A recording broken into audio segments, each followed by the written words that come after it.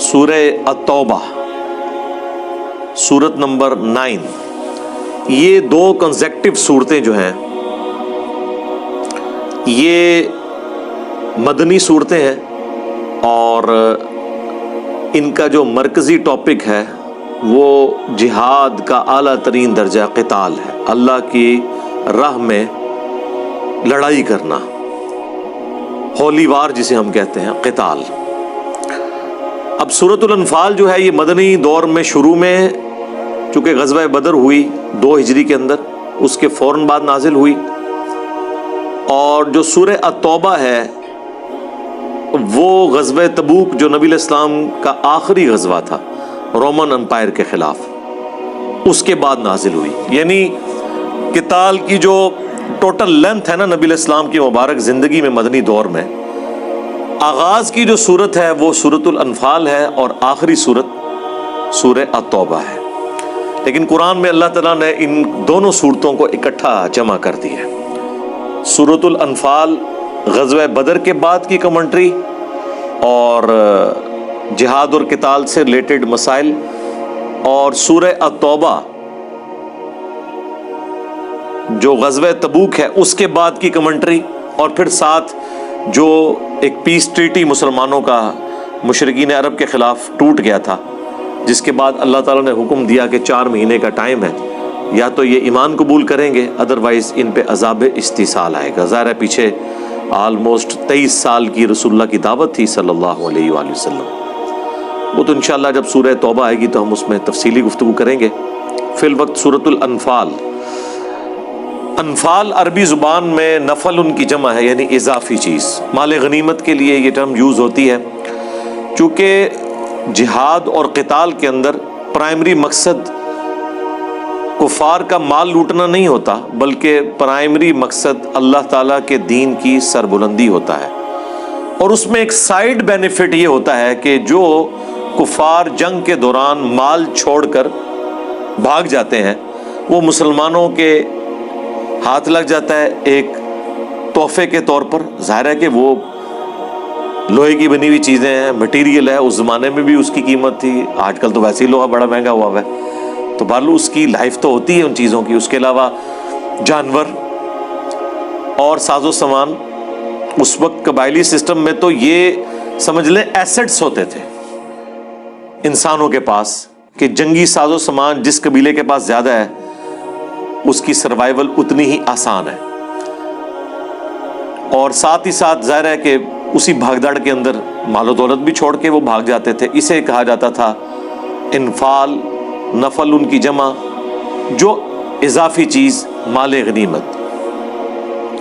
تو ظاہر ہے اب یہ باقاعدہ پہلی جنگ تھی مسلمانوں کی، سورہ الانفال میں اس کا ذکر آئے گا، سورہ اس کا غزوہ بدر کا، اور غزوہ بدر کے فوراً بعد یہ سچویشن آ گئی کہ اب یہ مال غنیمت کس طریقے سے تقسیم ہوگا۔ ظاہر ہے اس کا کوئی قاعدہ اور قانون تو ہونا چاہیے نا جس کے مطابق وہ تقسیم کیا جائے، اس کی تفصیلات بھی انشاءاللہ اس کے اندر آئیں گی۔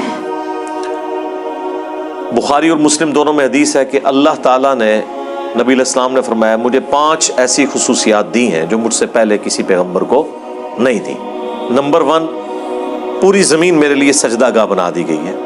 اگلی امتوں میں صرف جو نماز کے لیے مخصوص جگہ ہیں مساجد، وہیں پہ آپ نماز ادا کر سکتے تھے، اس کے علاوہ نماز نہیں ادا کر سکتے تھے۔ اسی لیے جب لوگ سفر میں نکلتے تھے تو وہ ساری نمازیں کاؤنٹ کر کے رکھتے تھے، اور پھر جہاں موقع ملتا تھا وہ پڑھ لیتے تھے۔ لیکن اس امت کے لیے اللہ تعالیٰ نے پوری زمین کو سجدہ گاہ بنا دیا، جہاں مرضی نماز ادا کریں۔ زمین اپنی اصل میں پاک ہے، تا وقت کہ آپ کو کہیں نجاست نظر نہ آ جائے۔ اگر نظر نہیں آ رہی تو وہ جیسی بھی زمین ہے وہ آپ کے لیے پاک ہے نماز پڑھنے کے اعتبار سے، اس مٹی سے تیمم بھی ہو سکتا ہے۔ دوسری خوبی نبی علیہ السلام نے فرمائی کہ اگلے انبیاء اللہ تعالیٰ نے کسی قوم یا قبیلے کی طرف مخصوص بھیجے تھے، اور مجھے اللہ تعالیٰ نے پوری انسانیت کے لیے پیغمبر بنا کے بھیجا ہے۔ وَمَا أَرْسَلْنَاكَ إِلَّا كَافَّةً لِلنَّاسِ بَشِيرًا وَنَذِيرًا، جو قرآن میں ہے کہ ہم نے آپ کو پوری انسانیت کے لیے خوشخبری دینے والا اور ڈر سنانے والا بنا کر بھیجا ہے۔ تیسری خصوصیت نبی صلی اللہ علیہ وآلہ وسلم نے فرمایا کہ 1 مہینے کی مسافت سے اللہ نے میرا رعب کافروں کے اوپر ڈال دیا. یعنی میری فوجیں 1 مہینے کی مسافت کے اوپر ہوں، آج کل کے اعتبار سے آپ سمجھ لیں آلموسٹ 1000 کلومیٹر، تو اللہ نے ان کا رعب ڈالا ہوا ہے کافروں کے اوپر. رعب دیکھا ہے پھر ہم نے غزوہ تبوک کے موقع پر. پہلے تو 1.5 لاکھ کی فوج لے کر عرب کے بارڈر پہ کیسر روم آ گیا، اور جب نبی علیہ السلام یہاں سے صرف 30,000 جانثاروں کا لشکر لے کر نکلے، جن کے پاس جدید اسلحہ بھی نہیں تھا، بس آپ کے پہنچنے سے پہلے ہی وہ بارڈر سے بھاگ گیا. تو یہ بہت بڑا آپ کا ایک رعب تھا. ادروائز یرموک کی تو نوبت ہی نہ آتی، وہی جنگ غزوہ تبوک کی یرموک ثابت ہوتی مسلمانوں کے لیے. اب اس کا پھر کافروں کے اوپر بھی کافی رعب پڑا کہ اتنی بڑی دنیا کی سپر پاور جو 3 بر اعظموں میں پھیلی ہوئی ہے، وہ عرب کے 30,000 جو جانثار ہیں رسول اللہ کے صلی اللہ علیہ وآلہ وسلم، جن کے پاس مکمل ساز و سامان بھی نہیں ہے، ان سے بھاگ گئی ہے. تو ظاہر ہے وہ باقی قبائل تو کھائی کوئی نہیں نہ پھر رہے. انہوں نے تو خود حضور کے ساتھ معاہدے کر لیے کہ یا تو ہم نیوٹرل رہیں گے یا آپ کا ساتھ دیں گے. رومن امپائر کے ساتھ ہم نہیں کھڑے ہوں گے، کل کو اگر کوئی جنگ ہوئی تو ہم عرب کے لوگوں کے ساتھ کھڑے ہوں گے، یا پھر ہم اس میں نیوٹرل رہیں گے، کسی کا ساتھ نہیں دیں گے. اب یہ بہت بڑی کامیابی تھی مسلمانوں کو جو اللہ تعالیٰ نے دی. تو 1 مہینے کی مسافت سے اللہ تعالیٰ نے مدد فرمائی. چوتھی چیز نبی علیہ السلام نے فرمایا کہ اللہ تعالیٰ نے مال غنیمت جو جنگ میں کافروں کا چھوڑا ہوا ساز و سامان ہے، یہ میری امت کے لیے حلال کر دیا. اگلی امتوں کے لیے یہ حرام تھا. وہ اوپن میدان میں سارا سامان رکھتے تھے، آسمانی بجلی آتی تھی اسے جلا کر راکھ کر دیتی تھی. اسی طریقے سے اس کا ذکر سورہ آل عمران میں بھی ہے کہ وہ اللہ کے حضور جب قربانی پیش کرتے تھے، ہم تو اپنی کی بھی قربانیاں خود کھاتے ہیں نا، وہ جب قربانی پیش کرتے تھے تو وہ اوپن گراؤنڈ میں رکھتے تھے، ایک غیبی بجلی آتی تھی جو اسے جلا کر راکھ کر دیتی تھی. یہ اس بات کا ثبوت ہوتا تھا کہ اس کی قربانی قبول ہو گئی ہے. ہمارے کیس میں اللہ تعالیٰ نے مال غنیمت کو حلال کر دیا کہ کافروں کا چھوڑا ہوا سامان مسلمانوں میں تقسیم کیا جائے گا، اور اس میں ریشو پروپورشن اس طرح آپ نے ڈیوائیڈ کرنا ہے کہ جو پیدل ہیں ان کو 1 حصہ دیا جائے گا، جو سوار ہیں ان کو ڈبل حصہ دیا جائے گا. اب آپ سوچ رہے ہوں گے کہ جو بیچارہ پہلے ہی پیدل ہے اسے 1 حصہ کیوں؟ اس لیے کہ اس کی کنٹریبیوشن اتنی ہی ہے. جو سوار آیا ہے اس نے ظاہر گھوڑا پالا ہے، اس کے اوپر اس کا خرچہ ہوا ہے، اور اس کے لیے اس نے ایک پوری ایفرٹ پٹ کی ہے. اور پھر وہ بڑی ڈیسائسو جنگ جو ہے وہ گھوڑ سواری والوں کی ہی ہوا کرتی تھی. مسلمان جو غزوہ احد میں ایک فتح کے بعد دوبارہ شکست کا شکار ہوئے، وہ خالد بن ولید کی کیولری تھی نا، جس کی وجہ سے وہ گھوڑ سوار کا ہی ایک لشکر تھا جس نے حملہ کر کے تو مسلمانوں کی فتح کو شکست میں بدل دیا. چند لوگوں کی نافرمانی کی وجہ سے. وہ سورہ آل عمران میں ہم پوری کمنٹری سن چکے ہیں غزوہ احد کی. اور 5ویں چیز نبی علیہ السلام نے فرمایا کہ اللہ تعالیٰ نے میرے لیے شفاعت مقرر کر دی ہے. قیامت والے دن میرے ہاتھوں پر اللہ تعالیٰ شفاعت کا دروازہ کھولے گا. یہ 5 خوبیاں ہیں. نمبر 1، پوری زمین سجدہ گاہ.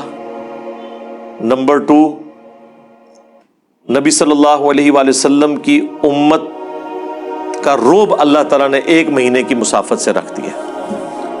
نمبر 3، پوری انسانیت کے لیے آپ کو پیغمبر بنا کے بھیجا. نمبر 4، مال غنیمت، انفال جسے عربی میں کہتے ہیں، نفلن کی جمع انفال، یہ حلال کر دیا. اور نمبر 5، شفاعت کا دروازہ رسول اللہ کے مبارک ہاتھوں پر اللہ تعالیٰ کھولے گا. مسلم شریف میں ایک اور خوبی بھی بیان ہوئی ہے، اور وہ ہے کہ مجھ پر ختم نبوت اللہ تعالیٰ نے کر دی ہے. اور وہاں مسلم شریف میں الفاظ ہے خوتیمہ کے. وہ جو قادیانی جھگڑا کرتے ہیں نا خاتم اور خاتم کے اعتبار سے، وہاں خاتم کا لفظ استعمال ہوا ہے کہ ختم نبوت نبی صلی اللہ علیہ وآلہ وسلم کے اوپر کر دی گئی. اس کے علاوہ بھی اور خوبیاں آئی ہیں بخاری مسلم میں. اللہ تعالیٰ نے جوامع کلمات کے ساتھ مجھے مبعوث کیا. میں مختصر بات کرتا ہوں لیکن اس کا مفہوم گہرا ہوتا ہے، سب کچھ کور کرنے والا. آپ دیکھ لیں ایک حدیث جو بخاری اور مسلم دونوں میں ہے. بخاری کی پہلی حدیث ہے اور مشکات میں بھی انہوں نے پہلی حدیث یہی لی ہے مقدمے کے طور پر، انما الاعمال بالنیات. اعمال کا دار و مدار تو نیتوں کے اوپر ہے۔ اب یہ اس کے اوپر کتابوں کی کتابیں لکھی جا سکتی ہیں، کیا اس کے اندر گہرائی موجود ہے؟ تو نبی علیہ السلام کو اللہ تعالیٰ نے جوامع کلمات کے ساتھ مبعوث کیا۔ غزوہ بدر کے فوراً بعد چونکہ مال غنیمت کی تقسیم کا ایشو تھا تو یہ صورت نازل ہوئی۔ اس صورت کے اندر غزوہ بدر کا پس منظر بھی ذکر ہوگا۔ غزوہ بدر کے دوران جو کچھ مسلمانوں کی ڈھارس اللہ تعالیٰ نے بندھائی، فرشتوں کے ذریعے مدد کر کے، نبی علیہ السلام کی دعا کی برکت سے کس طرح کافروں کے اوپر رعب ڈالا، وہ سب کی سب چیزیں ڈسکس ہوں گی۔ اور چونکہ یہ باقاعدہ طور پر مسلمانوں کا پہلا غزوہ تھا، اس سے پہلے چھوٹے موٹے جو آپ سمجھ لیں جھڑپیں ہوئی ہیں، لیکن جو باقاعدہ پہلا غزوہ ہے وہ یہی غزوہ بدر ہے۔ اور سب سے آخری بات جو اس میں ضروری ہے وہ یہ ہے کہ نبی علیہ السلام کی دعوت ٹھکرانے کے سبب کفار مکہ پر جو اللہ تعالیٰ کا عذاب ہے وہ قتال کی شکل میں نازل ہوا، اور اس کا ذکر بھی سورہ توبہ میں آ جائے گا کہ اللہ تعالیٰ اے مسلمانوں تمہاری تلواروں کے ذریعے انہیں عذاب دے گا۔ اگلے رسولوں کا جب انکار ہوتا تھا تو اللہ تعالیٰ کی طرف سے غیبی عذاب آ جایا کرتے تھے، کبھی چنگھاڑ کا عذاب، کبھی طوفان کا عذاب، کبھی آسمان سے پتھر برسنے کا عذاب، کبھی سمندر میں غرق کیے جانے کا عذاب۔ یہ الٹیمیٹلی ہوتا تھا ہر رسول کے کیس میں، اینڈ پہ اہل ایمان بچا لیے جاتے تھے اور پیغمبروں کی مخالفت کرنے والے تباہ و برباد کر دیے جاتے تھے۔ تو ہمارے نبی علیہ السلام نے بھی تو 23 سال دعوت دی، اس کا بھی اینڈ رزلٹ نکلنا تھا کہ آپ کے مخالفین تباہ و برباد کیے جاتے۔ لیکن نبی علیہ السلام کے کیس میں ایک مختلف چیز ہوئی کہ اللہ تعالیٰ نے جہاد اور قتال کی شکل میں کفار کے اوپر عذاب نازل کیا، اور غزوہ بدر اس کی پہلی قسط تھی، اور غزوہ حنین مشرکین عرب پہ آخری قسط تھی، اور غزوہ تبوک آپ سمجھ لیں رومن امپائر کے اوپر ایک عذاب کا کوڑا تھا۔ تھوڑی ان کی بے عزتی تھی کہ جنگ کے بغیر ہی وہ بھاگ گئے، 1.5 لاکھ کی فوج جو ہے وہ 30,000 کے لشکر کے پہنچنے سے پہلے ہی بارڈر چھوڑ کے بھاگی، پہلے بارڈر پہ آگے للکار رہے ہیں، اور جب نبی علیہ السلام نکلے ہیں تو دیکھیں کتنے گنا زیادہ، 4-5 گنا زیادہ فوج ہے، اور وہ مقابلہ نہیں کر سکی۔ وہ کیسے لوگوں کو پتہ چل گیا تھا کہ اللہ کے پیغمبر ہیں صلی اللہ علیہ وآلہ وسلم، اور ہم ان کا مقابلہ نہیں کر سکیں گے۔ تو غزوہ بدر کفار مکہ کے اوپر آپ سمجھ لیں پہلا عذاب کا ٹکڑا نازل ہوا، اس میں بھی ذکر آ جائے گا اس چیز کا۔ تو بدر سے لے کر تبوک تک یہ پورے کا پورا پیریڈ جو ہے یہ نبی علیہ السلام کی ایک جہاد اور قتال کی ایک ڈائنامک زندگی ہے، اور وہ ساری کی ساری قرآن میں ایک جگہ جمع ہو گئی ہے، سورۃ الانفال اور اس کے بعد سورہ التوبہ۔ اب اللہ کا نام لے کر شروع کرتے ہیں۔ اعوذ باللہ من الشیطان الرجیم، بسم اللہ الرحمن الرحیم۔ یسألونک عن الانفال، اے نبی آپ سے مال غنیمت کے متعلق یہ پوچھتے ہیں کہ اس کا شرعی حکم کیا ہے۔ اب یہ جو مال کافروں کا جنگ کے دوران وہ چھوڑ کر بھاگ گئے اور مسلمانوں کے ہاتھ آ گیا، اس کو ہم کیسے تقسیم کریں گے؟ تو آپ دیکھیں پہلا جملہ ہی ایسا بولا گیا ہے کہ ہر چیز اپنے ٹھکانے کے اوپر آ جائے۔ قل الانفال للہ والرسول، اے نبی فرما دو کہ جو انفال ہے نا، مال غنیمت، یہ اللہ اور اس کے رسول کے لیے ہے۔ تو اس کے بعد تو پھر باقی گنجائش ہی نہ رہی کہ اب جو اللہ اور اس کے رسول کی مرضی ہوگی اس کے مطابق تقسیم ہوگا۔ یہ ایک جملہ اللہ تعالیٰ کی طرف سے نازل ہونا تھا کہ سارے وسوسے سیٹل ہو گئے کہ اب یہ وہی کچھ ہوگا جو اللہ کے نبی جس طرح چاہیں گے تقسیم کریں گے، اور اس کے اوپر کوئی اعتراض نہیں ہو سکتا۔ مال غنیمت ہی تو ایک ایسی چیز تھی جس کی وجہ سے منافقین نے حضور کے اوپر اعتراض بھی کیا بسا اوقات۔ اور وہ جو بخاری مسلم میں حدیث ہے ذوالخویسرہ التمیمی خارجی کی، وہ نجدی جو اعلیٰ حضرت نے کہا کہ ایک وہابی کھڑا ہوا، اس نے کہا اتق اللہ یا محمد، اے محمد اللہ سے ڈر اور انصاف کر، کیونکہ اس حدیث میں الفاظ ہیں کہ اس کی پنڈلی آدھی پنڈلی تک اس کی تامت تھی، گھنی داڑھی تھی، آنکھیں اندر دھسی ہوئی تھی۔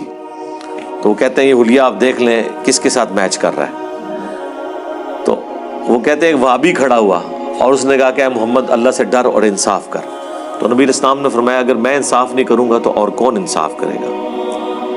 صحابہ کرام نے اجازت مانگی کہ اسے قتل کر دیا جائے، تو آپ نے فرمایا چھوڑ دو، لوگ کہیں گے اپنے ساتھیوں کو قتل کرواتا ہے، اور اس کی نسل میں بھی لوگ پیدا ہوں گے دین سے اس طرح نکل جائیں گے جس طرح تیر اپنے شکار سے نکل جاتا ہے، اور مخلوق کے بہترین لوگ ہوں گے جو ان کے خلاف قتال کریں گے۔ اور بخاری مسلم میں ہی ابو سعید خدری کہتے ہیں اللہ کی قسم ہم نے علی ابن ابی طالب کے ساتھ مل کر جنگ نہروان کے موقع پر ان خوارج کے ساتھ قتال کیا۔ اور بخاری و مسلم کی اس حدیث میں موجود ہے، نبی علیہ السلام نے فرمایا ان کی نشانی یہ ہوگی کہ ان میں ایک ایسا شخص ہوگا جس کا ایک بازو نہیں ہوگا بلکہ اس کی جگہ ایک گوشت کا لوتھڑا صرف لٹک رہا ہوگا، یعنی وہ ایک معذور آدمی ہے، اس کی نشانی ہوگی۔ تو اب یہ جنگ نہروان کے موقع پر جب خارجیوں کی لاشیں رکھی ہوئی تھی تو مولا علی نے پھر فرمایا کہ اس بندے کی لاش کو تلاش کرو، کیونکہ صحابہ کرام تھوڑے غمگین بھی تھے کہ اتنے حاجی نمازی لوگ داڑھیوں والے، بخاری مسلم میں الفاظ ہیں کہ تم اپنی نمازوں کو حقیر جانو گے ان کے سامنے، اتنی لمبی وہ نمازیں پڑھیں گے۔ حضرت علی کو باقاعدہ پورے لیکچر دینے پڑے ہیں اس جنگ پہ آمادہ کرنے کے لیے، کیونکہ وہ جو آلموسٹ 6000 کے قریب لوگ تھے، جن میں سے 4000 سنن نسائی الکبریٰ میں آتا ہے کہ حضرت ابن عباس کو جب مناظرے کے لیے بھیجا تو وہ تو طائب ہو گئے، 2000 آخری وقت تک اڑے رہے، وہ حضرت علی کے فوجی تھے، اہل ایمان میں سے تھے، بس بگڑ گئے۔ اور اب حضرت علی کو ظاہر ہے اپنی فوج کو تو تیار کرنا تھا اس چیز کے اوپر کہ انہوں نے سمع و اطاعت کا سسٹم چھوڑا ہے، تو حضرت علی کے الفاظ ہیں بخاری مسلم میں کہ میں آسمان سے زمین پر گر پڑوں یہ تکلیف تو مجھے گوارا ہے، لیکن یہ چیز گوارا نہیں کہ میں رسول اللہ پہ کوئی ایسی بات باندھوں جو میں نے خود نہ حضور سے سنی ہو۔ نبی علیہ السلام نے خوارج کے بارے میں یہ باتیں ارشاد فرمائی تھی۔ تو پھر ظاہر ہے لوگ پھر تسلی میں وقتی طور پر آ گئے۔ پھر بھی اب ظاہر ہے کہ مسلمانوں کے ہاتھوں مسلمان ہی قتل ہوئے تھے، لیکن خارجی مسلمان تھے، وہ تو دل افسردہ تھے مسلمانوں کے۔ تو بخاری مسلم میں آتا ہے حضرت علی نے کہا کہ وہ لاش تلاش کرو اس بندے کی جس کے بارے میں حضور نے اس وقت، اب سینئر صحابہ کو پتا تھا کہ حضور نے بہت پہلے یہ بات فرمائی ہوئی تھی کہ اس طرح کا ایک بندہ ہوگا، تو وہ لاش ڈھونڈی کی نہیں ملی۔ پھر سیدنا علی خود بنفس نفیس ان لاشوں کے پاس آئے، کنویں میں جہاں پہ جمع کر کے ڈالی ہوئی تھی، ایک ایک لاش اٹھوائی۔ حضرت علی کو اتنا یقین تھا کہ وہ بندے کی لاش ان میں ملے گی، وہ بندہ ان میں شامل ہوگا، ٹھیک ہے۔ اور حضرت علی نے ان کو کہا کہ رسول اللہ نے ہمیں سچی خبر دی ہے، تم تلاش کرو، انہی میں وہ بندہ ملے گا۔ اور پھر وہ جب لاشیں ہٹائی گئیں تو سب سے نیچے اس کی لاش نکلی، تو اس وقت پھر صحابہ نے نعرہ لگایا کہ واقعی صدق رسول اللہ نے سچ فرمایا تھا، اور حضرت علی کا قتال حق پر مبنی ہے۔ لیکن یہ بعد کی بات ہے، پہلے جس طرح حضرت علی نے ان کو تیار کیا وہ ایک مشکل کام تھا۔ مسلم میں تو یہاں تک الفاظ ہیں کہ حضرت علی نے کہا کہ خوارج کے ساتھ قتال کے بارے میں نے وہ بشارتیں سن رکھی ہیں کہ اگر میں تمہیں وہ چیزیں بیان کروں تو مجھے خدشہ ہے کہ اس کے بعد تم کوئی نیکی بھی نہیں کرو گے، یہ قتال ہی اتنی بڑی نیکی تمہارے لیے کافی ہوگی اللہ کے حضور بخشش کے لیے۔ تو یہ پورے کا پورا معاملہ تھا۔ تو اس میں بھی مال غنیمت کے اوپر تان کرنے والا، اور اس کا ذکر سورہ توبہ میں باقاعدہ وہ آیت آ جائے گی جس میں اس ذوالخویسرہ التمیمی کا ذکر موجود ہے۔ یہ میں نے سارا اس لیے بیان کیا کہ مال غنیمت کوئی چھوٹی چیز نہیں تھی۔ آج ہمارے لیے تو شاید اس کی کوئی اتنی امپورٹنس نہ ہو، کیونکہ آج کل تو اس طرح کی جنگیں بھی نہیں ہیں، نہ اس طرح کے معاملات ہیں، اور مال غنیمت کے اعتبار سے آج ہمارے لیے اس کی سینسٹیوٹی کو سمجھنا تھوڑا مشکل ہے، لیکن اس زمانے میں آپ دیکھیں کہ یہ کتنا ایشو ہوتا تھا۔ اور پھر یہاں تک بھی ہوا ہے کہ غزوہ حنین کے موقع پر تو بڑے کامل الایمان جو مومنین تھے ان سے بھی مس ہینڈلنگ ہوئی ہے۔ بخاری مسلم میں احادیث موجود ہیں، نبی علیہ السلام نے غزوہ حنین کے موقع پر صفوان کو بلایا، 100 اونٹ دے دیے۔ آپ ذرا امیجن کر سکتے ہیں 100 اونٹ، آج 100 اونٹ یعنی کوئی بالکل ماٹھا سا اونٹ بھی ہو نا تو 5 لاکھ روپے کا تو ہوگا۔ اس زمانے کے اندر 100 اونٹ کسی کو مل گئے تو سمجھ لیں تو اس کی تو زندگی بن سنور گئی۔ اب صفوان وہ ہے جو فتح مکہ پہ موت دیکھ کے مسلمان ہوا ہوا تھا، اور پوری زندگی رسول اللہ کے خلاف جنگیں لڑی ہوئی تھی، ٹھیک ہے۔ اور ابو سفیان کو بلا کے 100 اونٹ دے دیے. ابو سفیان تو ساری جنگوں میں کافروں کی طرف سے سرغنہ کے طور پر تھا. صرف بدر ہی ایک ابو جہل نے لڑی ہے، باقی ساری جنگوں میں ابو سفیان ہی تھا. احد کی جنگ ہو، خندق کی ہو، اس کو 100 اونٹ دے دیے. انسان تو انسان ہے نا. جو چند نوجوان قسم کے لوگ تھے انصار مدینہ میں سے، ان کی زبان سے الفاظ نکل گئے کہ اس شخص پہ اپنے قبیلے کی محبت غالب آ گئی ہے. نعوذ باللہ. تو نبی علیہ السلام کو اللہ تعالیٰ نے وحی کے ذریعے بتا دی یہ بات. نبی علیہ السلام نے بلوا لیا ان کو. اب وہ تو ڈر رہے تھے کہ پتہ نہیں کیا ہوگا. حضور نے کہا کہ اس طرح تم نے بات کی ہے، بلکہ اس میں تو الفاظ ہے کہ ہماری تلواروں سے ابھی قریش کا خون ٹپک رہا ہے. یعنی ابھی تو فتح مکہ ہوئی ہے، اس سے پہلے جنگیں اور غزوہ حنین. تو نبی علیہ السلام بھی چونکہ قریش سے تھے، ہاشمی قبیلہ قریش کا ہی تھا، بنو امیہ بھی قریش سے تھے، بنو عدی کے سارے قریش کے تھے. تو ابھی تو ہماری تلواروں سے قریش کا خون ٹپک رہا ہے اور اس شخص پہ اس کے قبیلے کی محبت غالب آ گئی ہے. یعنی پوری زندگی جنگیں تو ہم نے لڑی، ہمارے نوجوان شہید ہوئے غزوہ بدر میں، احد میں، خندق میں. فتح مکہ کے بعد جب ان کو اپنی شکست نظر آئی قریش کے لوگوں کو، انہوں نے کلمہ پڑھ لیا. اور آج جب فروٹ کھانے کا وقت آیا ہے تو مال غنیمت میں 100 اونٹ صفوان کو، 100 اونٹ ابو سفیان کو دے دیے گئے. تو لاجیکلی تو ان کی بات درست تھی. آپ روحانیت کو تھوڑی دیر کے لیے سائڈ پہ رکھ کے دیکھیں. روحانیت تو آج بھی دیندار لوگوں نے سائڈ پہ رکھ کے وہ بات کر رہے ہوتے ہیں کاروبار کے معاملے میں. وہاں تو ایک جینوئن چیز بھی تھی، ظاہر قربانیاں بھی تھیں، خالی ایسی بات تو نہیں تھی. تو نبی علیہ السلام نے بلا کے کہا کہ تم نے یہ بات کی. انہوں نے کہا ایسا ہی ہے. پھر سینئر لوگ بیچ میں پتہ ہے پڑ جاتے ہیں، جو سینئر اصحاب تھے، انہوں نے کہا یا رسول اللہ یہ نوجوان ہے، بس ان کی زبان کی تیزی ہے، نکل گئی ہے، آپ کو معاف کر دیں. نبی علیہ السلام نے دوسری بات نہیں کہ آپ نے فرمایا اللہ اور اس کا رسول تمہارا عذر قبول کرتے ہیں. اب دیکھیں یہ بہت بڑی بات تھی، کلمات کفر تھے، رسول اللہ کے اوپر ایسا تان کرنا. لیکن کسی حدیث میں نہیں آپ کو ملے گا کہ نبی علیہ السلام نے ان کو کہا کہ تجدید ایمان کرو، تمہاری بیویاں تمہارے نکاح سے نکل چکی ہیں. یہ ساری چیزیں ایک بینیفٹ دیا کہ ٹھیک ہے، ایک جذبات میں کچھ جملے نکل گئے اور نبی علیہ السلام نے ان کا عذر قبول کر لیا. پھر آپ نے فرمایا کہ کیا تم اس پہ راضی نہیں ہو کہ یہ لوگ دنیا کا مال لے جائیں اور تم اللہ کے رسول کو لے جاؤ؟ ٹھیک ہے، خدا کی قسم پوری دنیا ایک گھاٹی میں چلے اور انصار مدینہ دوسری گھاٹی میں چلے، میں انصار کے ساتھ ہوں گا. میرا جینا اور مرنا انصار کے ساتھ ہے. اور پھر دیکھ لیں نبی علیہ السلام واپس مدینہ شریف واپس آئے ہیں، حالانکہ آپ کی زندگی کے 52 سال مکے میں گزرے تھے. ابائی آپ کا شہر تھا. ترمذی میں حدیث ہے جب آپ کو مکے سے نکالا جا رہا تھا آپ بار بار مڑ کے کعبے کی طرف دیکھتے تھے کہ تو مجھے سب سے محبوب جگہ ہے، لیکن تیرے لوگ مجھے یہاں رہنے نہیں دیتے. اور پھر کعبے کی تڑپ اور جس طریقے سے وہ مسلمانوں نے 8-9 سال گزارے ہیں، آلموسٹ 8 سال. اس کے بعد تو نبی علیہ السلام کو واپس شفٹ ہو جانا چاہیے تھا اپنے آبائی علاقے میں، لیکن آپ شفٹ نہیں ہوئے، مدینہ شریف ہی آپ کا مسکن بنا. تو انصار مدینہ نے کہا کہ ہمیں اللہ کا رسول چاہیے، ہمیں دنیا کا مال. ابھی تو انصار کو پتہ ہی نہیں تھا کہ حضور کی وفات کے بعد ان کے ساتھ کیا ہونا ہے. وہ بھی حضور نے پہلے ہی بتا دیا، بخاری مسلم میں حدیث ہے. آپ نے فرمایا انصار میں تمہارے گھروں میں فتنے اس طرح گرتے ہوئے دیکھ رہا ہوں جس طرح بارش کے قطرے. میرے بعد تم پر اور لوگوں کو ترجیح دی جائے گی، لیکن تم نے صبر کرنا ہے یہاں تک کہ حوض کوثر پہ مجھے آ کے ملنا ہے. یعنی آخرت تمہارا مقدر ہے. بخاری مسلم میں حدیث ہے انصار کی محبت جو ہے ایمان کا حصہ ہے.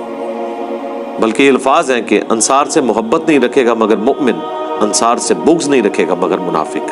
سیم وہی حدیث جو صحیح مسلم میں حضرت علی کے بارے میں. اور آپ دیکھ لیں سیدنا علی اور انصار مدینہ ان دونوں کے ساتھ اس امت نے کیا کیا ہے؟ نیگلیکٹ کیا. جو حق تھا وہ ادا نہیں کیا. اور جب حضرت علی کی خلافت کی باری آئی اس وقت تو ایٹ لیسٹ ایکسیپٹنس دینی چاہیے تھی. ان کی زندگی کہ وہ خلافت کے 5.5 سال بھی کوئی سکون سے نہیں گزرے. تو ایک پوری کی پوری ایک چین تھی جو احادیث میں نبی علیہ السلام نے پہلے بیان کر دی. تو اب اس پورے سینیریو میں یہ دیکھیں کہ اللہ اور اس کے رسول کے ساتھ آپ کی کمٹمنٹ کیا ہے. قُلِ الْأَنْفَالُ لِلَّهِ وَالرَّسُولِ، اے نبی تم فرما دو کہ مال غنیمت کا مالک اللہ اور اس کا رسول ہے. فَاتَّقُوا اللَّهَ، پس ڈرتے رہو اللہ سے.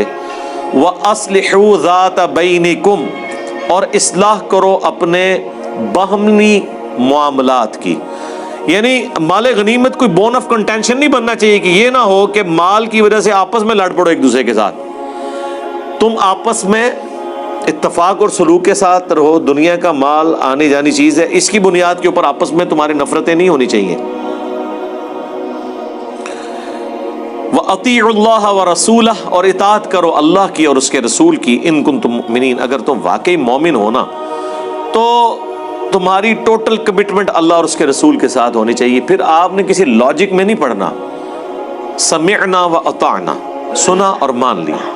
سورۃ الاحزاب میں بھی آگے چل کے آئے گا کہ اہل ایمان جو ہے نا ان کی تو اپنی مرضی باقی ہی نہیں رہتی جب کسی معاملے میں اللہ اور اس کا رسول فیصلہ کر دیں. یعنی یہ ایمان کی بنیاد ہے، اس میں پھر لاجک نہیں دیکھی جاتی. ہم جو کسی کو قائل کرنے کے لیے کبھی کوئی لاجک دیتے ہیں نا تو یہ ایک فارمیلٹی ہے. ادروائز جو اللہ کو مان لینا تو پھر باقی سارے سوال انویلڈ ہو جائیں گے. اللہ کو ماننے کا نام ہی ول آف گاڈ ہے، اس کو بھی آپ نے ماننا ہے. لا يسأل عما يفعل وهم يسألون، سورۃ الانبیاء آیت نمبر 23. اللہ کو کوئی پوچھ نہیں سکتا کہ اس نے کوئی حکم کیوں دیا. اللہ سب کو پوچھ سکتا ہے. انما المؤمنون الذين اذا ذکر اللہ، مومن تو صرف وہ ہیں کہ جب ان کے سامنے اللہ کا ذکر کیا جائے وجلت قلوبہم، ان کے دل کانپ اٹھتے ہیں. اب یہ ذرا اہل ایمان کی جو 4 بڑی بڑی نشانیاں آئی ہیں نا یہاں پہ، یہ ایک سانچہ ہے، ایک کرائٹیریا ہے. اس میں اپنے آپ کو ہم نے رکھ کے چیک کرنا ہے کیا ہمارے اوپر یہ کیفیات طاری ہوتی ہیں. نمبر 1، جب اللہ کا ذکر کیا جائے ان کے دل کانپ اٹھتے ہیں. یعنی کوئی وعید سنتے ہیں، اللہ کی طرف سے کوئی خوشخبری سنتے ہیں، یا کسی معاملے میں اللہ کا کوئی حکم سنتے ہیں تو وہ اس کو سیریس لیتے ہیں، رسپانس کرتے ہیں اور اندر سے مانتے ہیں کہ مجھے تو اب یہ کرنا ہے، ادروائز میری کوئی بچت نہیں ہے. یہ وہ چیز ہے، دل کانپ اٹھتے ہیں. وَإِذَا تُلِيَتْ عَلَيْهِمْ آيَاتُهُ، اور جب ان کے سامنے اللہ کی آیات تلاوت کی جاتی ہیں، قرآن پڑھا جاتا ہے، زَادَتْهُمْ ایمانا، ان کا ایمان بڑھ جاتا ہے. قرآن سے ہی ایمان بڑھتا ہے. ظاہر ہے قرآن میں جب آپ کو آخرت کی خوشخبریاں سنائی جائیں گی نیک اعمال کرنے کے سبب، تو ڈھارس بندے گی کہ جس خدا سے میں بن دیکھے ڈر ڈر کے زندگی گزار رہا ہوں اور اس کی مرضی کا ہر موقع پر خیال رکھتا ہوں، اس نے مجھے یہ نعمتیں دینی ہیں، تو ایمان بڑھتا ہے. اور یہ آیت اس بات کا ثبوت ہے کہ ایمان کم یا زیادہ ہوتا ہے. اسی چیز کو محدثین نے باقاعدہ دلیل کے طور پر پیش کیا ہے. ویسے تو بخاری و مسلم میں کتنی احادیث موجود ہیں کہ اعمال ایمان کا حصہ ہے. یہ بھی ایک پرانے اسلاف کے اندر اختلاف رہا کہ ایمان کا حصہ ہیں اعمال یا نہیں. تو جو محدثین کی رائے ہے، جو قرآن و سنت سے سپورٹیو ہے، وہ یہی ہے کہ اعمال سے ایمان بڑھتا ہے. جب اعمال سے ایمان بڑھتا ہے اور اعمال چھوڑنے سے کم ہوتا ہے تو اعمال ایمان کا حصہ ہے. صحیح مسلم کی حدیث کے بندے کے کفر اور اسلام، شرک اور ایمان کے درمیان فرق نماز ہے. تو نماز تو ایک عمل ہے نا. پھر صحیح مسلم کی حدیث علی سے محبت نہیں رکھے گا مگر مؤمن، علی سے بغض نہیں رکھے گا مگر منافق. تو بیسیکلی یہ ایک عمل کا نام ہے نا. انصار مدینہ کے بارے میں بھی سیم حدیث ہے بخاری مسلم میں. بخاری میں حدیث ہے حیا ایمان سے ہے.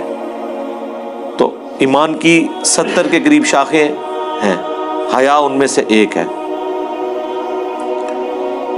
تم میں سے مومن وہ ہے جو اپنے لیے پسند کرتا ہے تو اپنے بھائی کے لیے بھی ویسا ہی پسند کرے. بخاری مسلم کی حدیث.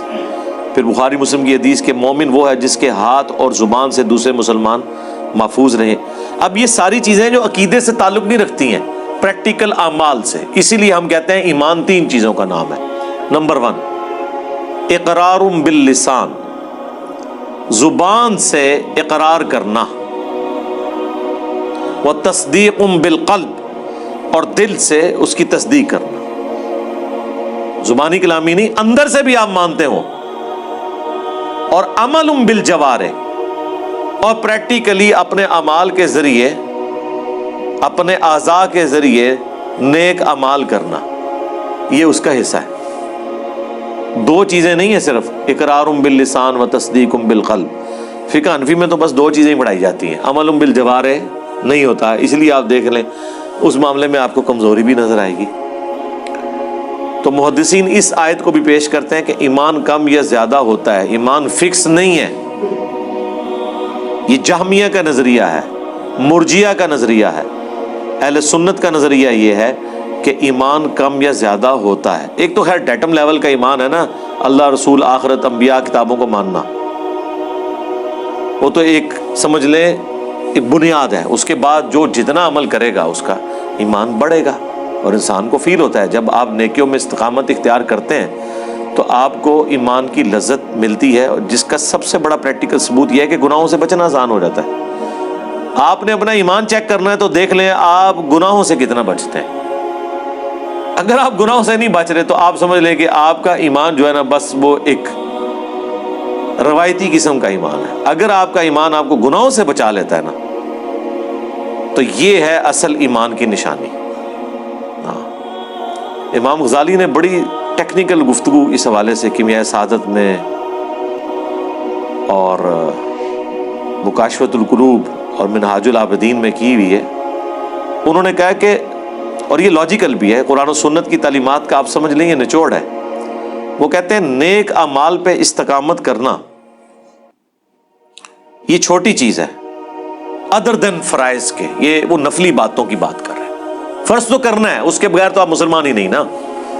5 وقت نماز، زکوٰۃ، رمضان کے روزے، حج، اس کے علاوہ جو نیک اعمال ہیں، مثلا تہجد کی نماز، اشراق، اتنی دفعہ درود شریف پڑھنا، اتنی تسبیحات کرنا، اتنا قرآن روزانہ تلاوت کرنا، یہ جو اضافی نفلی باتیں ہیں، امام غزالی کہتے ہیں ان کی کوئی اہمیت نہیں ہے.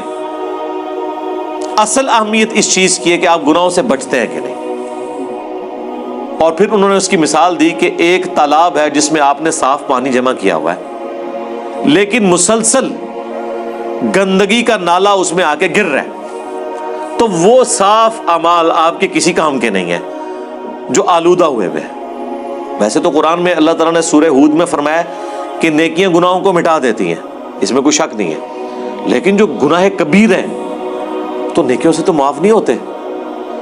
وہ تو اس بڑی لیول کی چیز ہے کہ آپ جتنی مرضی نیکیاں کر لیں، بڑے گناہ تو معاف نہیں ہوں گے. اور ہماری بدقسمتی سمجھ لیں کہ جتنے گناہ ہمارے علم میں ہیں وہ سارے بڑے ہیں. غیبت، جھوٹ، چغلی، والدین کی نافرمانی، گالی گلوچ، زنا، جادو، ماں باپ کی نافرمانی، قتل ناحق، جتنے گناہ آپ کو پتہ ہے نا، جن کو آپ گناہ کے طور پہ جانتے ہیں، آپ کو اکٹھی لسٹ مشکات کی پہلی جلد کے اندر گناہ کبیرہ کے بیان میں مل جائے گی. وہ سارے کے سارے بڑے گناہ ہیں اور وہ اتنے وزنی ہیں کہ وہ نیکیوں سے ادھر ادھر نہیں ہوتے جب تک کہ کامل توبہ نہ کی جائے. کامل توبہ ہی کا تو نام ہے استقامت، گناہوں سے بچنا. نیکیاں کرنا بڑا آسان ہے. آپ دیکھیں لوگ کتنی کتنی نیکیاں کر جاتے ہیں، ایک گناہ چھوڑنا ان کے لیے مشکل ہو جاتا ہے. کتنے لوگ ہیں آپ ان سے دیکھیں وہ مذہبی جماعتوں کے ساتھ اٹیچ ہے، وہ کہیں گے ہماری کبھی تکبیر اولیٰ قضا نہیں ہوئی ہے، لیکن ان سے پوچھیں گے جو کاروبار میں آپ حرام خوری اور ڈنڈی مار رہے ہیں، وہ کہتے ہیں اس کے بغیر گزارا ہی نہیں ہے. اصل میں اس کا امتحان وہی تھا، اس میں وہ ناکام ہو گیا. کیونکہ گناہ سے بچنا مشکل ہے. یہ جو آج کل کا دین پیش کیا جا رہا ہے کہ علماء جو ہیں وہ بے پردہ عورتوں کے سامنے رمضان نشیات میں آ کے بیٹھ جاتے ہیں، ان کو دین سکھا رہے ہیں. کس منہ سے دین سکھا رہے ہو یار؟ وہ ان کو کیا دین سکھانا ہے؟ بے دینی پوری قوم کو سکھا رہے ہو. اس طریقے سے جو معاملات لے کے چل رہے ہوتے ہیں تو اب یہ وہ گناہ ہیں جن سے یہ لوگ بچ نہیں سکتے. انہوں نے دنیا داری بھی اپنی رکھی ہوئی ہوتی ہے اور نماز روزے بھی اسی طریقے سے چل رہے ہوتے ہیں. اگر نماز اور روزے نے آپ کو گناہوں سے ہی نہیں روکا ہوا تو بخاری مسلم کی جو حدیث ہے کہ جس کا روزہ اس کو گناہوں سے نہیں روکتا تو اللہ تعالیٰ کو اس کے بھوکا اور پیاسا رہنے کی کوئی ضرورت نہیں ہے. آپ کئی فلمی ایکٹر دیکھیں گے کیسی کیسی بیہودہ فلموں میں کام کرنے والے ہیں اور وہ کہتے ہیں نہیں تہجد کبھی ہماری قضا نہیں ہوئی ہے. ان سے پوچھیں کہ اب یہ وہی تہجد ہے کہ نفلی عبادت تو ہے لیکن گناہ اپنی اسی طریقے سے پیرلل میں چل رہے ہیں. اور یہ میں آپ کو بتاؤں یہ زندگی بڑے مزے کی ہے کہ دنیا میں بھی آپ مکمل عیاشی کریں اور ساتھ نمازیں بھی پڑھتے رہیں. اصل کام ہی جو ہے نا وہ گناہ کو چھوڑنا ہے. یہ مشکل کام ہے. اس کے لیے قرآن کو بار بار پڑھنا, سمجھ کے پڑھنا, خوف خدا پیدا ہو اور یہ کیفیت ہو جائے جو اللہ تعالیٰ نے فرمایا کہ انما المؤمنون الذین اذا ذکر اللہ, اہل ایمان تو وہ ہیں جب اللہ کی یاد انہیں دلائی جاتی ہے نا, وجلت قلوبہم, ان کے دل کانپ اٹھتے ہیں, وَإِذَا تُلِيَتْ عَلَيْهِمْ آيَاتُهُ, اور جب ان کے سامنے آیات تلاوت کی جاتی ہیں, زادتہم ایمانا, ان کا ایمان بڑھنا شروع ہو جاتا ہے, وَعَلَىٰ رَبِّهِمْ يَتَوَكَّلُونَ, اور یہ تو سب سے مشکل چیز ہے. ہر معاملے میں وہ اللہ ہی پر توکل کرتے ہیں. توکل سے مراد یہ کہ اپنی ایفرٹ پٹ کرنے کے بعد یہ نہیں سمجھتے کہ جو میں چاہوں گا وہ ہوگا, بلکہ وہ کہیں کہ یہ ہم نے اپنی ایفرٹ پٹ کی, اب اللہ کی مرضی. جو سیدنا علی کا قول ہے کہ میں نے اپنے ارادوں کے ٹوٹنے سے اللہ کو پہچانا ہے, کہ پوری ایفرٹ پٹ کرنے کے بعد بھی رزلٹ خلاف نکل آئے تو سمجھ لیں کہ اللہ کی مرضی اس میں نہیں ہے. چاہے وہ چیز آپ کو نقصان بھی پہنچا رہی ہے, وہ آپ کی آزمائش ہے, ظاہر ہے آزمانا تو ہے اللہ نے. وَلَنَبْلُوَنَّكُمْ بِشَيْءٍ مِّنَ الْخَوْفِ وَالْجُوعِ وَنَقْصٍ مِّنَ الْأَمْوَالِ وَالْأَنفُسِ وَالثَّمَرَاتِ الَّذِينَ يُقِيمُونَ الصَّلَاةَ, یہ لوگ وہ ہیں جو نماز کو قائم رکھتے ہیں. خالی نماز پڑھتے نہیں ہیں, نماز قائم کی ہوئی ہے. جیسے وضو قائم, مسلسل نماز مسلسل قائم. مسجد میں تو نماز صرف ادا ہو رہی ہوتی ہے, قائم ہر وقت رہنی چاہیے. یعنی نماز میں جو اللہ سے عہد کیا ہے وہ بعد میں قائم رہے. یہ نہیں ہے کہ نماز پڑھنے کے بعد, فجر کی نماز پڑھنے کے بعد کسی دربار پہ پہنچ گئے مانگنے کے لیے, ابھی تو آپ عہد کر کے آئے تھے نماز میں ایاک نعبد و ایاک نستعین, باہر نکلتے ہی عہد توڑ دیا. نماز میں تو آپ اللہ تعالیٰ کے ساتھ اخلاص اپنا شو کر کے آئے اور باہر نکلتے ہی آپ نے کاروبار میں ڈنڈی مارنا شروع کر دی, حقوق العباد میں گھپلا کرنا شروع کر دیا, تو کیا پھر اس پہ عمل کیا؟ تو یہ نماز قائم کرنا یہ ہے. وَمِمَّا رَزَقْنَاهُمْ يُنْفِقُونَ, اور وہ خرچ کرتے ہیں اللہ کی راہ میں اس میں سے جو ہم نے انہیں دیا ہے. یعنی دیا اللہ نے ہوا ہے. اللہ اپنا دیا ہوا مال جب اسی کی راہ میں خرچ کیا جاتا ہے تو اللہ تعالیٰ خوش ہوتا ہے کہ میں نے جو اسے مال دیا تھا اس نے میری راہ میں خرچ کیا.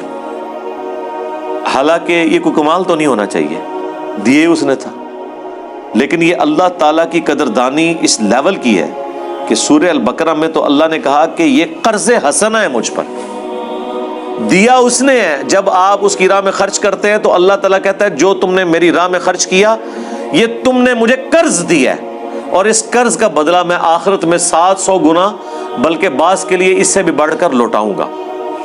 اتنا کوئی قدر کرنے والا ہے کہ دیا ہوا اس کا اسی کو لوٹایا جائے, جس سے لے کے اسے لوٹایا جا رہا ہے وہ کہہ رہا ہے کہ بس یہ جو تو نے مجھے واپس کیا نا میرا دیا ہوا مال, یہ گویا میرے ذمہ قرض ہوا, میں تمہیں واپس کروں گا. اور اتنا نہیں 700 گنا وہ اللہ کے ڈیوائن بینک میں جمع ہے, آخرت میں ملے گا کسی بھی شخص کے اخلاص کے مطابق. تو یہ اللہ ہی کی قدر دانی ہے, اللہ ہی اس طرح کا قدر فرمانے والا ہے. سبحان اللہ و بحمدہ, سبحان اللہ العظیم, عدد خلقہ ورضا نفسہ وزنۃ عرشہ ومداد کلماتہ. اولئک ھم المؤمنون حقا, ایسے لوگ پھر کٹر قسم کے مسلمان ہیں. ہاں جی, کٹر وابی تے کٹر سنی تے کٹر شیعہ اور کٹر مؤمن. کٹر مومن، سچے مومن اپنے دعوے میں ایسے ہیں اہل ایمان جن میں یہ خوبیاں ہوں۔ نمبر 1، جب اللہ کا ذکر ان کے سامنے ہو ان کے دل کانپ اٹھے، آیات پڑھی جائیں تو ان کا ایمان بڑھنا شروع ہو جائے، اور توکل کریں اللہ کے اوپر، اور نماز کو قائم رکھیں اور اللہ کی راہ میں خرچ کریں۔ یہ جو خرچ کرنے والا معاملہ ہے نا، یہ سب سے مشکل ہے۔ زبانی جمع خرچ، کسی کے ساتھ اپنا اخلاص شو کرنا، یہ بڑا آسان ہے۔ مال خرچ کرنا، جیب ڈھیلی کرنا، اس وقت پتا چلتا ہے کہ آپ کتنی کمٹمنٹ رکھتے ہیں۔ سب سے مشکل ہی مال ہے۔ مجھے اشفاق احمد صاحب کا وہ جملہ یاد آ گیا منچلے کے سودے میں،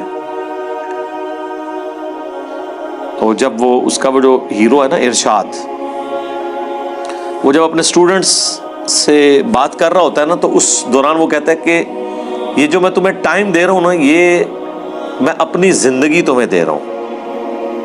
اگر میں تم پہ کوئی مال خرچ کر رہا ہوں تو یہ میں اپنی زندگی تم پہ خرچ کر رہا ہوں۔ کیوں؟ مال کیسے کمایا جاتا ہے؟ زندگی خرچ کر کے۔ اپنا ٹائم، تن من دھن لگاتے ہیں نا، کمٹمنٹ پوری کرتے ہیں، تو پھر آپ مال کماتے ہیں نا۔ تو جب آپ کسی کو مال دے رہے ہیں، گویا آپ اپنی زندگی اس کو دے رہے ہیں، کیونکہ زندگی کا ایک حصہ لگا کے آپ نے وہ مال کمایا ہوا ہے۔ اسی طریقے سے جب آپ کسی کو ٹائم دے رہے ہیں تو آپ اپنی زندگی اس کے ساتھ شیئر کر رہے ہیں۔ یہی تو اللہ نے قرآن میں کہا ہے، لن تنالوا البر حتی تنفقوا مما تحبون۔ تم نیکی کے اعلیٰ ترین درجے کو ہرگز نہیں پہنچ سکتے جب تک کہ اپنی پسندیدہ چیز اللہ کے حضور خیرات نہ کر دو۔ یہ چوتھے پارے کی پہلی آیت ہے۔ میں 40-50 منٹ میں نے قرآن کلاس میں اس پہ گفتگو کی تھی۔ انسان کی زندگی میں سب سے قیمتی چیز اس کی جوانی ہے، جب سارے اعضاء سلامت ہوں۔ جب آپ آہستہ آہستہ اگلی عمروں میں جانا شروع ہوں گے، 40+ تو عمر 40 تے جان کالی، یہ پنجابی میں محاورہ ہے کہ جیسے ہی عمر 40 ہوئی، جان کے اوپر افتادیں ٹوٹنی شروع ہو گئی۔ ایک ایک کر کے آپ کو آئے دن خبر ملے گی اب میری نظر کمزور ہونا شروع ہو گئی ہے۔ وہ ساروں کی ہوتی ہے 40 کے بعد، یہ نیچرل چیز ہے۔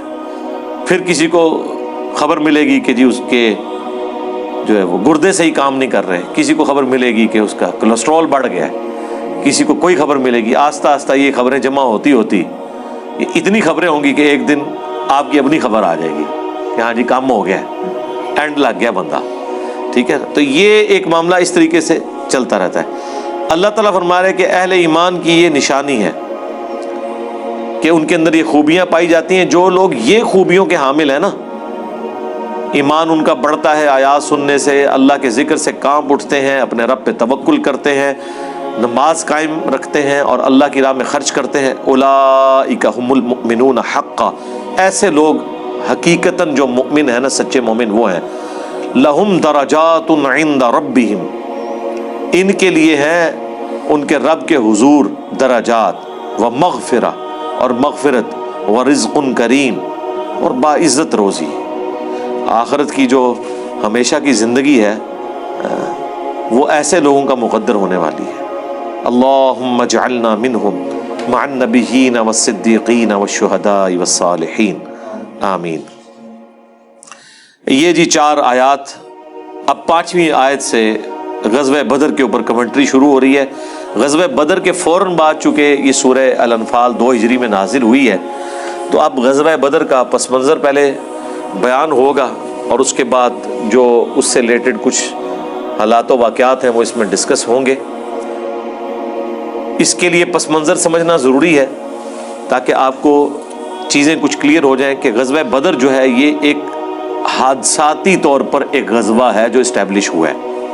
کوئی مسلمانوں نے ارادتاً نہیں لڑا، اس کے پیچھے ریزن وہی جو میں پہلے بیان کر چکا کہ غزوہ بدر اصل میں عذاب استیصال کی پہلی باقاعدہ قسط تھی جو کافروں کے اوپر اللہ کی طرف سے سورہ التوبہ کی آیت نمبر 14 میں جو آیا کہ مسلمانوں کی تلواروں سے عذاب دیا جائے گا انہیں، جس طرح کہ اگلے رسولوں کے انکار کرنے پر اللہ کی طرف سے غیبی عذاب آتا تھا، اس کیس میں صحابہ کی تلواریں جہاد اور قتال کی شکل میں مسلط ہوئی۔ یہ رسول اللہ کی خوبی ہے۔ دوسری نبی صلی اللہ علیہ وآلہ وسلم کی خوبی یہ ہے کہ اگلے انبیاء کا معجزہ دعوی نبوت والا وہ ٹینجیبل فارم میں فزیکل فینومینا آف نیچر کو توڑنے والا ہوتا تھا.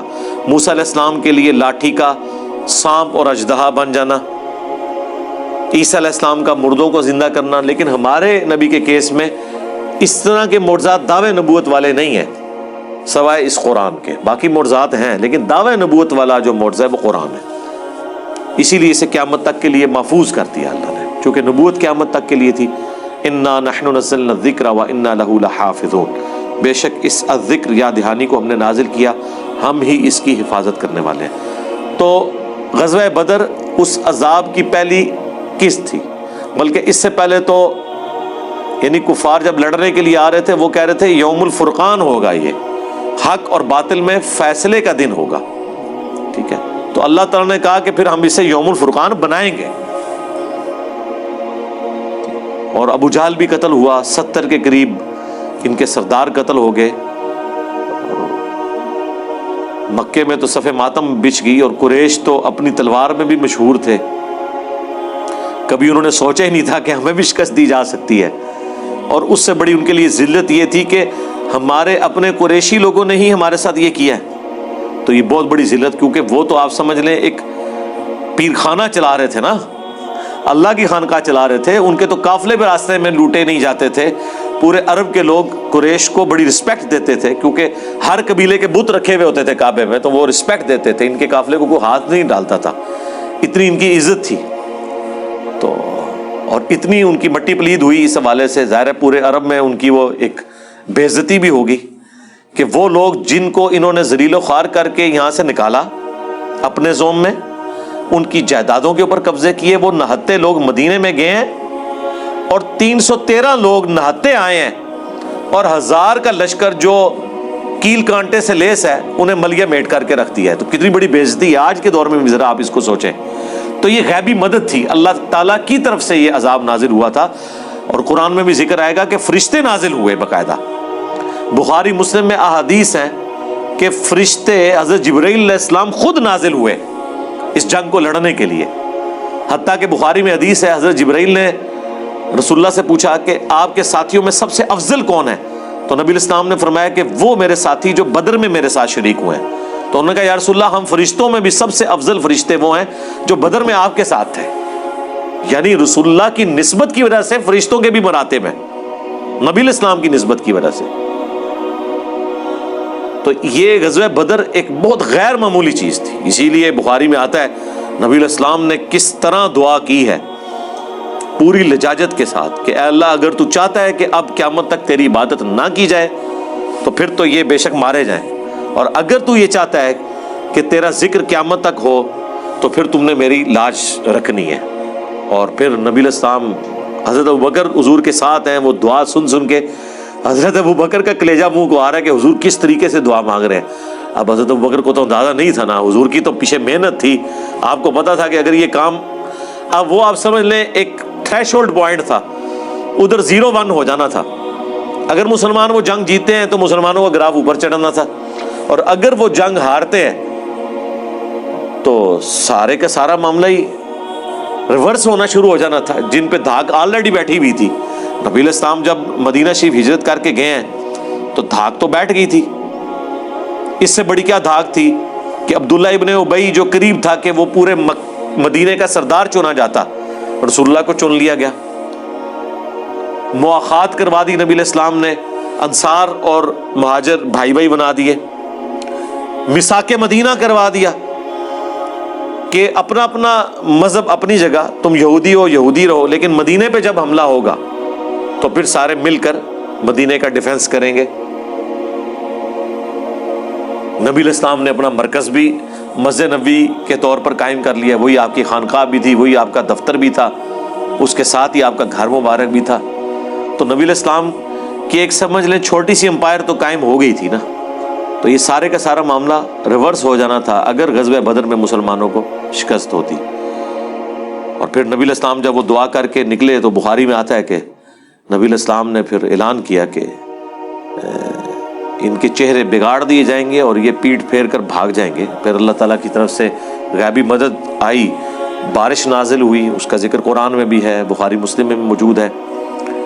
تو یہ ایک حادثاتی طور پر جنگ ہوئی جس کی وجہ سے ہی آپ دیکھیں کہ وہ سننے کو ملتا ہے کہ جی وہ 8 تلواریں تھی، 2 گھوڑے تھے، چند اونٹ تھے 313 کے پاس. وہ اس لیے تھے کہ جنگ کرنے تو نکلے ہی نہیں تھے،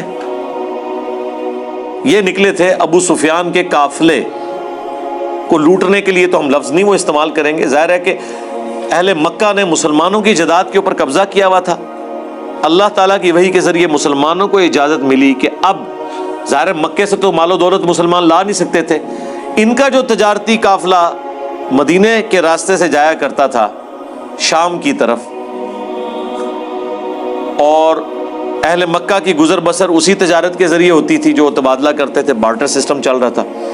تو وہاں سے جب آئیں تو اس قافلے کو پکڑا جائے اور اس مال کو استعمال کیا جائے، اس لیے وہ نکلے تھے. جس کے ہاتھ لاٹھی لگی وہ لاٹھی لے کے نکلا. ظاہر ہے آپ نہتے قافلے کو پکڑنے کے لیے نکلے ہیں تو پھر آپ کو 8 تلواریں اور 2 گھوڑے کافی ہیں، کیونکہ وہ سامنے کوئی جنگی ساز و سامان کے ساتھ تو نہیں، وہ ان کا تجارت کا قافلہ تھا. اس وقت تو نہیں پتا تھا. راستے میں اللہ تعالیٰ نے اپنے ارادے سے آگاہ کر دیا رسول اللہ کو صلی اللہ علیہ وآلہ وسلم کہ ہاں جی یہ تو وعدہ ہے کہ جو بھی جنگ ہوگی تم جیتو گے. اب فیصلہ کرو کہ ابو سفیان کا لشکر یا بدر. تو ظاہر ہے عقل تو یہی متقاضی ہے کہ ابو سفیان کا لشکر ہی چاہیے. بدر تو مشکل تھی کیونکہ ابو سفیان کو یہ پتہ چل گیا کہ مسلمان یہ ہمارے قافلے پہ حملہ کریں گے. اس نے ایک تیز گھوڑ سوار بھگا دیا مکے کی طرف کہ تمہاری اگلے پورے سال کی اکانومی ڈیپینڈنٹ ہے کہ میں صحیح سلامت پہنچ جاؤں، ورنہ بھوکے مرو گے. یہ محمد اور اس کے ساتھی صلی اللہ علیہ وآلہ وسلم رضی اللہ عنہم اجمعین یہ تو لوٹ لیں گے سب کچھ. اور پیرلل میں اس نے ہوشیاری یہ کی کہ وہ جو پراپر راستہ تھا جو مدینہ شریف کے قریب سے گزرتا تھا وہ اس نے تبدیل کر کے ساحل سمندر کے کنارے کنارے وہ باہر سے مکے تک چلا گیا. اور ظاہر ہے اللہ تعالیٰ نے اپنے نبی کو وہی سے آگاہ کر دیا کہ بھائی میرا تو ارادہ یہ ہے کہ میں نہتوں کو لڑواؤں گا ان ساز و سامان والے کافروں کے ساتھ، پھر تمہاری فتح ہوگی اور لوگوں کو پتہ چل جائے کہ اللہ کی غیبی مدد تمہارے ساتھ ہے. یوم الفرقان اسے بناؤں گا، کیونکہ وہ تو ابو جہل کی دعا اس میں بھی آگے آ جائے گی کہ وہ کہتا تھا کہ اگر یہ نبی سچا ہے تو آسمان سے ہم پر پتھر نازل ہوں، ہم اس پہ ایمان نہیں لے کے آ رہے.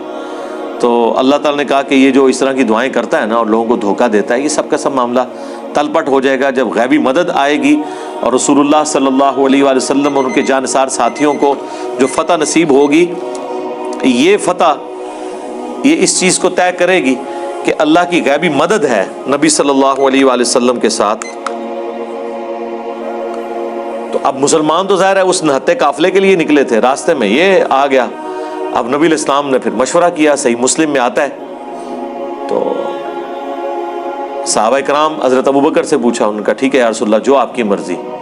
حضرت عمر نے کہا جو آپ کی مرضی. لیکن نبی علیہ السلام بار بار اس چیز کو ریپیٹ کر رہے ہیں. تو سعد ابن معاذ اوس کے سردار تھے، ان کا یا رسول اللہ مجھے لگ رہا ہے کہ آپ کا اشارہ ہماری طرف ہے، تو آپ اگر ہمیں یہ حکم دیں نا کہ ہم سمندر میں اپنے گھوڑے ڈال دیں، ہم آپ کے حکم کے اوپر لبیک کہیں گے. ٹھیک ہے، آپ ایک دفعہ آرڈر کریں، جو آپ کی مرضی ہم وہ کریں گے. کیونکہ حضور ظاہر ہے ایک مشکل چیز کے لیے ان کو تیار کر رہے تھے نا کہ نہتے لوگ 1000 کے لشکر کے ساتھ ٹکرائیں، جبکہ آپ کے پاس صرف 8 تلواریں ہیں. کیونکہ آپ غزوہ بدر تو لڑنے کے لیے نکلے ہی نہیں تھے.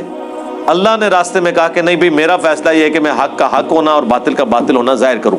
اور یہ ساری چیزیں آپ کو اگلی آیات میں نظر آ جائیں گی. میں اس لیے آپ کا پورا ذہن بنا رہا ہوں، آپ کو ہر آیت بیٹھی ہوئی نظر آئے گی. اور آپ دیکھیں گے اس زمانے میں بھی ان 313 کے اندر بھی سب کا ایمان ایک لیول کا نہیں تھا. کچھ اسی چکر میں تھے کہ یہ ٹل جائے جنگ، اور سمجھ رہے تھے کہ ان کو موت اپنی نظر آ رہی ہے. ہر زمانے میں ایک جیسے اہل ایمان نہیں ہوتے، حالانکہ ہم ان 313 کو سب سے بہتر سمجھتے ہیں، ان میں بھی آگے ڈویژن موجود تھی.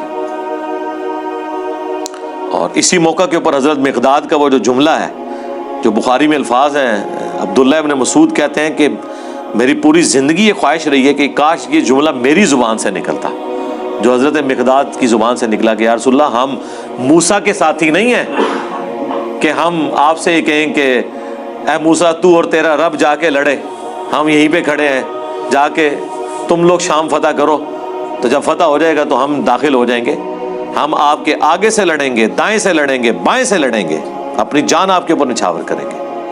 تو نبی علیہ السلام کو اس حوالے سے حوصلہ ہوا۔ اسباب کی تو اپنی اہمیت ہے نا جی، مطلب اس زمانے میں کوئی نگاہ نہیں مارا کرتا تھا، حضور پورا مشورہ لے کے چل رہے ہیں کہ ظاہر ایک مشکل ڈیسیژن ہے، اس کے اگینسٹ لوگوں کی جان جا سکتی ہے۔ اللہ تعالیٰ نے یہ ایفرٹ کروانی تو انسانوں کے ذریعے ہے نا، یہ تو بعد میں سلسلہ شروع ہے نا کہ نگاہ مار کے اتنے ہزار کو یہ کر دیا تو اتنے لاکھ کو یہ کر دیا، ٹھیک ہے۔ اب بس کام وہ نہیں ہوا جو کرنے والا تھا، کہ نگاہ مار کے یوٹیوب کے اوپر جو گستاخانہ ویڈیوز تھیں وہ کوئی بزرگ ڈیلیٹ نہیں کروا سکا، یہ ایک افسوس کی بات ہے۔ نگاہ مار کے پچھلے سینکڑوں سال سے، بیچ میں آپ سمجھ لیں، اب تو خیر وہ ایک پورشن بیچ میں 400 سال کا آیا سلطنت عثمانیہ کا، اس کے بعد سے 100 سال سے جو ہے وہ یروشلم مسلمانوں کے پاس نہیں ہے، اس سے پہلے بھی 400 سال سے پیچھے بھی چلے جائیں تو پھر بھی مسلمانوں سے کچھ عرصہ نگاہ مار کے کچھ نہیں ہوا، وہ صلاح الدین ایوبی کو جنگ لڑنی پڑی، ٹھیک ہے نا۔ تو جنگوں کی تکلیفیں کاٹنی پڑی ہیں، صوفیاء بس دعائیں کرنے کے لیے خانقاہوں میں بیٹھے ہوئے اور خواہ ان کے کھاتے میں جا کے چیزیں ڈال جاتی ہیں، ایفرٹ کوئی اور پٹ کرتا ہے، محنت کوئی اور کرتا ہے اور ان کے کھاتے میں ڈال رہی ہوتی ہے۔ تو اب یہ انشاءاللہ اگلی دفعہ اس کا تفصیلی ذکر آئے گا کہ کس طریقے سے نبی علیہ السلام جب گھر سے نکلے اور اس وقت کیا سچویشن تھی، راستے میں جب پتہ چلا تو پھر کیا سچویشن تھی، پھر الٹیمیٹلی اللہ تعالیٰ نے مسلمانوں کو فتح دی، اور یہ ایک سمجھ لیں میجر مائل سٹون تھا غزوہ بدر، ٹھیک ہے۔ ابھی تو کسی کو پتہ نہیں تھا کہ یہ قادسیہ اور یرموک تک بات جانی ہے جس کی ابتدا بدر سے ہوئی ہے، وہ انشاءاللہ ہم اگلی دفعہ ڈسکس کریں گے۔ اللہ تعالیٰ سے دعا ہے جو حق بات میں نے کی اللہ تعالیٰ ہمارے دلوں میں راسخ فرمائے، اگر جذبات میں میرے منہ سے کوئی غلط بات نکل گئی تو اللہ تعالیٰ ہمارے دلوں سے محو کر دے، دھو ڈالے، ہمیں معاف بھی فرما دے، ہمیں کتاب و سنت کی تعلیمات پر عمل کر کے دوسرے بھائیوں تک پہنچانے کی توفیق عطا فرمائے۔ سبحانک اللہم و بحمدک، اشہد ان لا الہ الا انت، استغفرک و اتوب الیک، وما علینا الا البلاغ المبین۔ جزاکم اللہ خیرا۔